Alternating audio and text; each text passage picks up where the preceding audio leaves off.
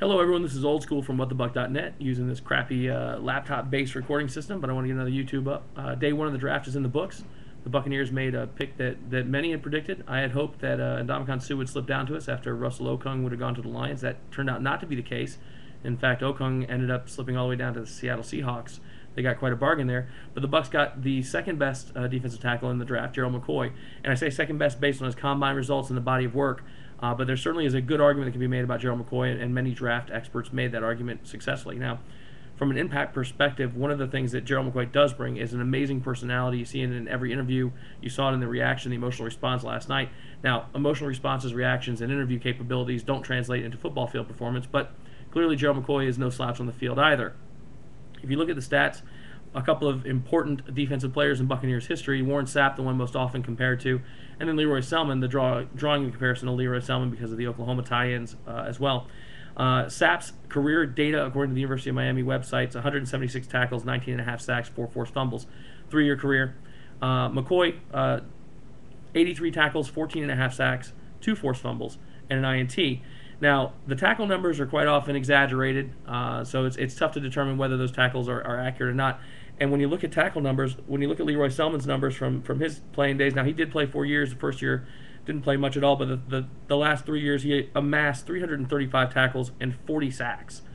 Now, different position, right? But still, you look at defensive linemen of prominence, that's going to be what Gerald McCoy is going to have to hold the bar up. And I think he's ready to do that. I'm very excited with the pick. I would have been happy with either one of these gentlemen. Had both of them gone, I would have expected us to move down. Now, fortunately, we did not trade down. I know a lot of the cynics thought we would simply because of the Glazers' tight wallet, but that wasn't the case. So we get Gerald McCoy in the first round, hell of a player. Looks like he's going to hit the ground ready to work, and really a face of a franchise, right? Josh Freeman, good kid. Looks like he's going to polish up well. I was not a fan of the pick last year. K-State folks are still berating me for it. I've been pleased with what he's done since he's come here. And as a Bucs fan, I want him to do really well. And I think eventually he may even grow into a face of the franchise too. But when you look at the two of them, even at his young age, though both of them are young guys, Gerald McCoy is someone that they can trot out in front of the fans and will draw a lot of support and may actually help the Bucs on the season ticket side. Now we got day 2 kicking off here at 6 o'clock.